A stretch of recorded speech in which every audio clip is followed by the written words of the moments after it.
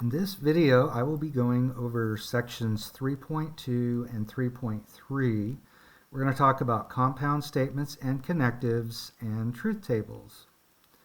So let's go ahead and get started. First of all, simple statements convey one idea with no connecting words.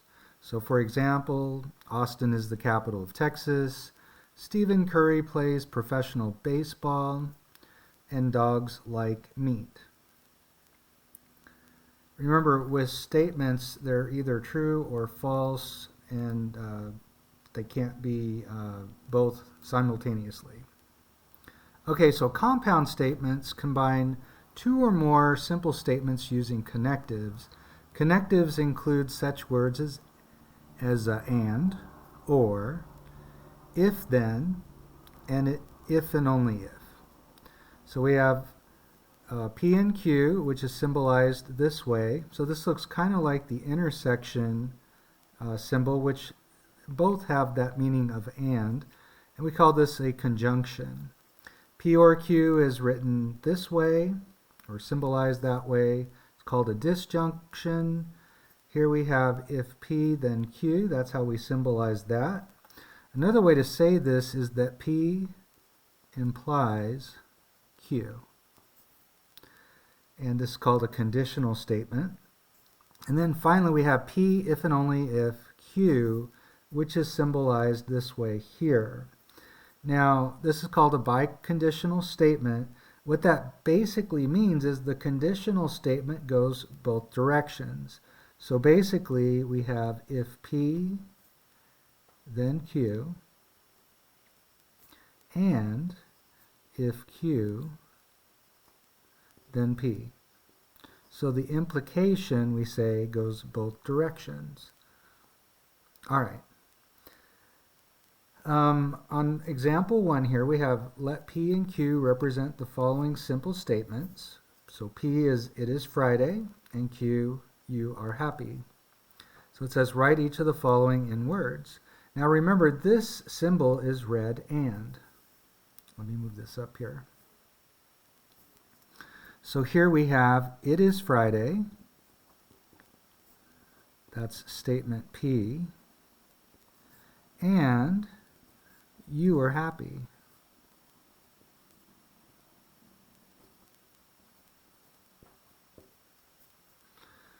All right, I would encourage you to try the other three. You can stop the video, then start it again.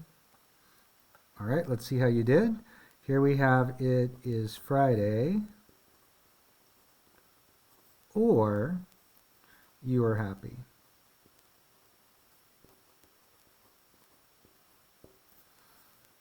In statement 3 here, notice it's not P, so it is not Friday.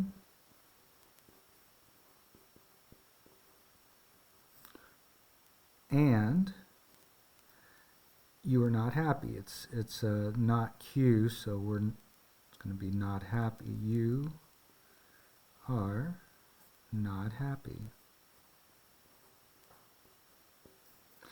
And then finally we have P implies Q, or if P then Q. So if it is Friday,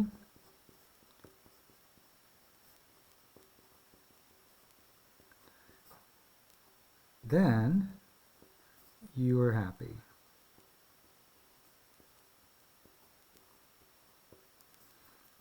All right, let's move on to the next problem. It says, write each of the following symbolically. So the first one, if you are not happy, that would be not Q.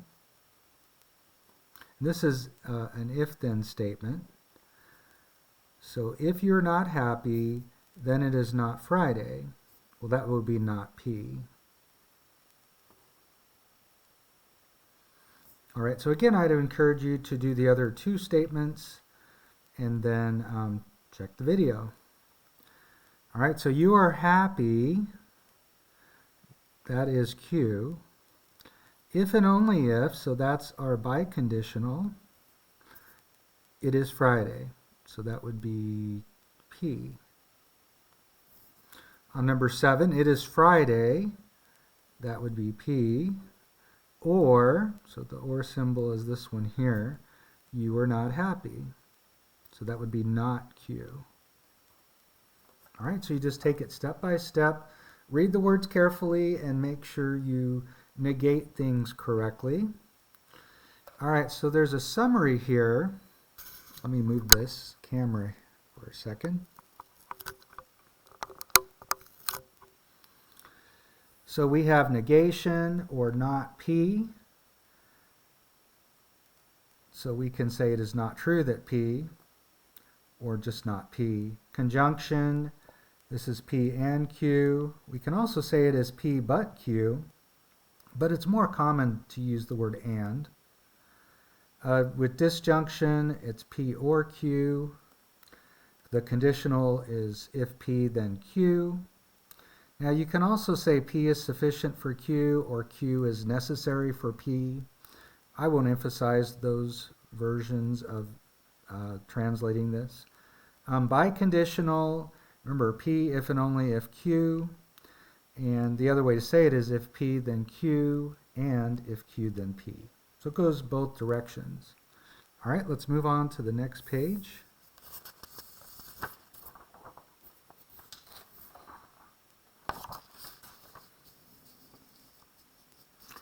Let me see if I can get to the top of the page okay here.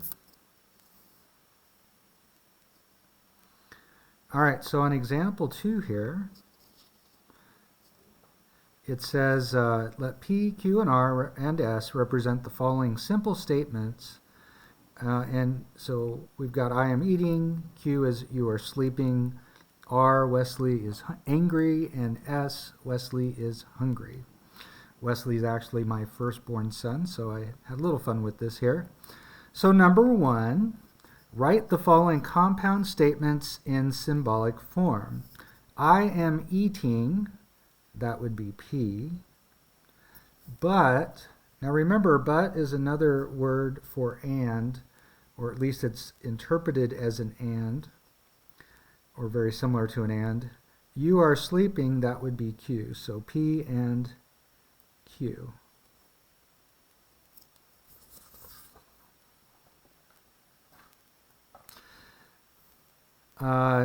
So you may want to try B, and you can try problem number 2 if you want, and then watch the video. So let's look at B. If Wesley is hungry, so this is an if-then statement. So if Wesley is hungry, that would be S. Then Wesley is angry. That's R. So S implies R. Yeah, Wesley, we were told when he was a baby, he's a great baby as long as you keep him fed. And so he got angry if you didn't feed him. Imagine that. Number 2. So write each symbolic statement in words. So R, Wesley is angry.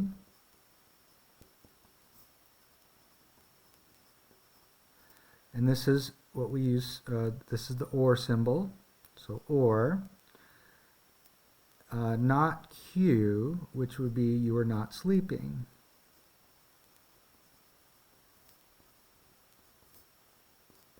I think the main thing is you got to know your definitions here. You got to know what the symbols mean. And then you just got to pay attention to detail when you do these. So P, that's I am eating.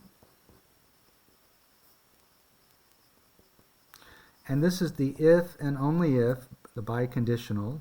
If and only if,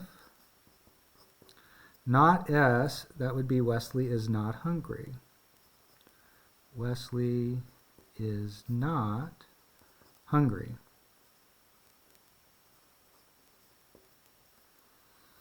All right, let's move on to the truth tables for negation, conjunction, disjunction. And actually, I've taken these off. I need to get rid of that line, or the rest of that line. A statement has 2 possible truth values. T is true and F is false. A truth table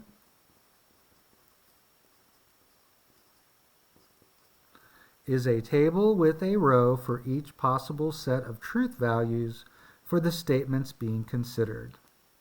So if we have If P is true, then not P is false.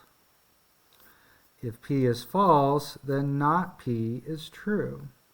So here's how we set this up. P can be either true or false. So if P is true, then not P would be false. And if P is false, then not P would be true. Now I'm also going to show you not P, which is basically a double negative. Well, it would be not P, so the opposite of what P is, not P is. So this would be true. And the opposite of not P here, not P, would be false. So we're back to what we started with P. So for example, P might be Mr. Smith, that's me, teaches math. And of course, that is true. So not P would be Mr. Smith does not teach math.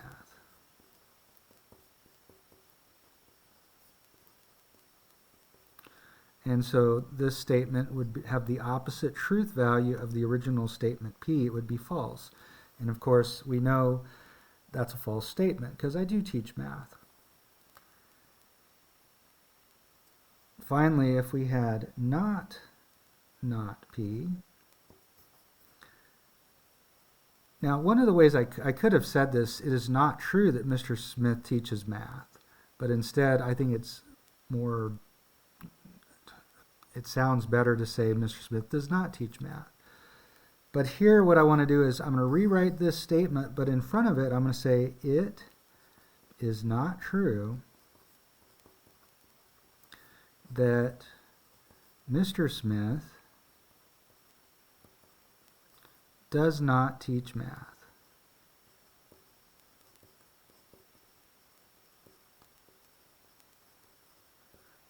It is not true that Mr. Smith does not teach math. This is what we call a double negative. So the shorter, sweeter way to say it would really be we're back to where we started. Mr. Smith teaches math. So this statement here is obviously true because it has the opposite truth value of the previous statement. All right, let's move on and talk about conjunction. So the conjunction P and Q is true only if P and Q are both true. So we'll talk about if that makes sense to you when we get down to these examples here. So it's only true if P and Q are both true, which would be here. Notice P and Q are both true. In each of the other cases, at least one of them is false. They're not both true, and so these are all false statements. So let's see how this works by looking at the example at the bottom here. So we valued the truth of the following statements. Some teachers are good singers. Well, I think that would be true. I think there's certainly at least one out there. It's not me. All students like to do homework. I know from experience that's false. So is this statement true? Some teachers are good singers and all students like to do homework, which is false. This would be a false statement because they're not both true. So I hope that you read that and it makes sense to you that we would say it's false. So here we have spinach is good for you and Lionel Messi plays for Inter Miami. Now you could look it up. Lionel Messi is one of the most, one of the two most, I guess you would say, people consider him and Ronaldo the two best players of this age, although they're getting on the end of their career, so they're not the best anymore. But anyway, he used to play for Barcelona, but now he plays for Inter Milan, or Inter Miami, I mean. You could find that on Google. So both of these are, well, let's see, this is true, and this is true. And so spinach is good for you, and Lionel Messi plays for Inter Miami. So those are both true statements, and so this is considered a true statement. So remember, an and statement, why did we get, seems like we got a little bit dark. There we go. An and statement is only true, oh goodness, sorry about that. An and statement is only true if both statements are true. Hopefully that makes sense, just from reading these. Let's move on to the next page.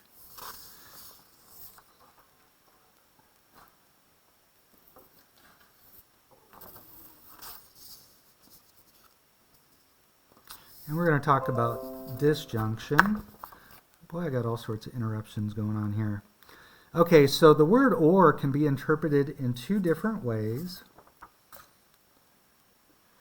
An inclusive or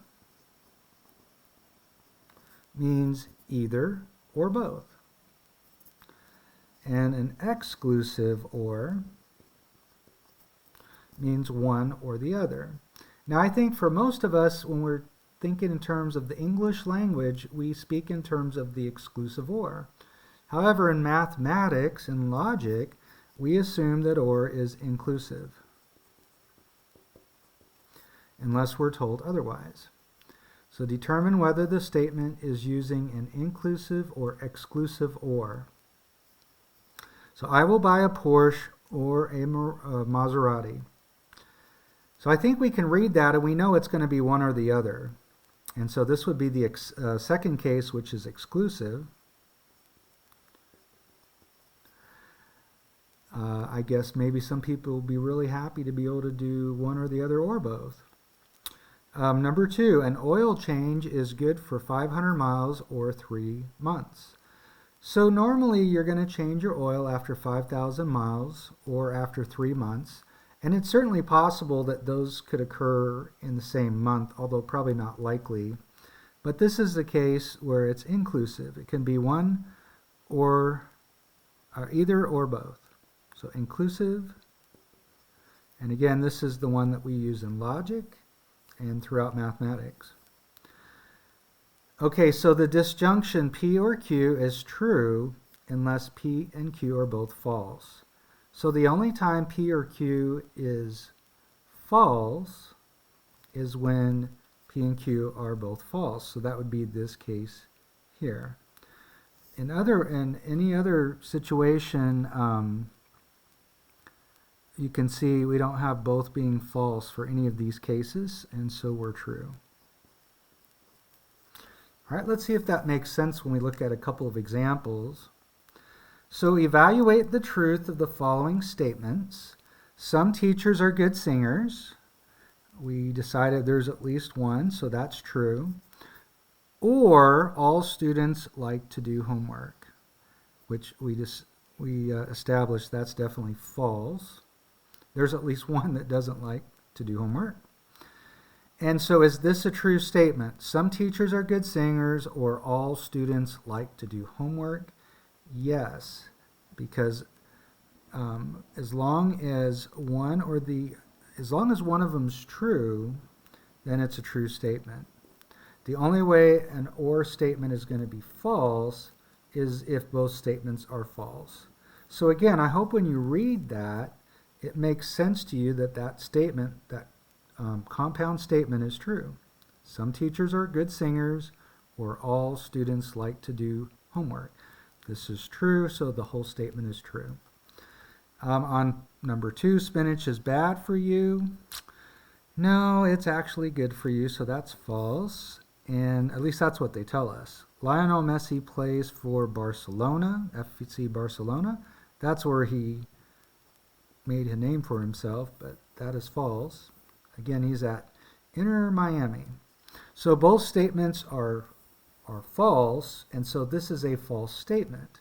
So again, this is the only time an or statement is false. And again, I hope that you can read that and it makes sense to you that that's considered a false statement.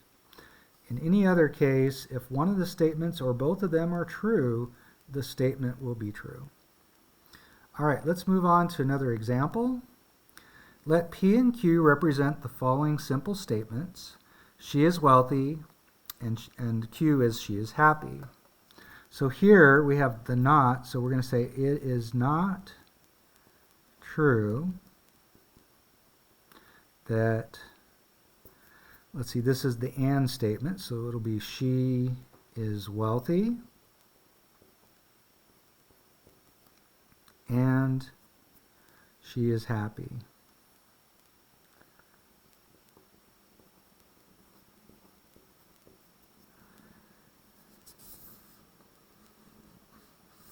All right, so I would try the next two and then check the video. Let's see how you did. So here P is she is wealthy, so this is not P. She is not wealthy.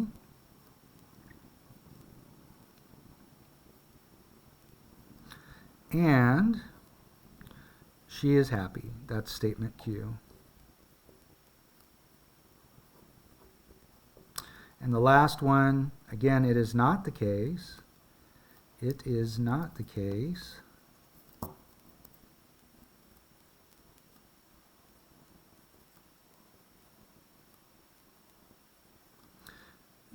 that she is wealthy or she is happy. And you could just say she is wealthy or happy since it's the same person in both sentences. All right, so I think I'm going to stop there. That's been about 20 minutes, a little more than that, and I'll finish in a separate video.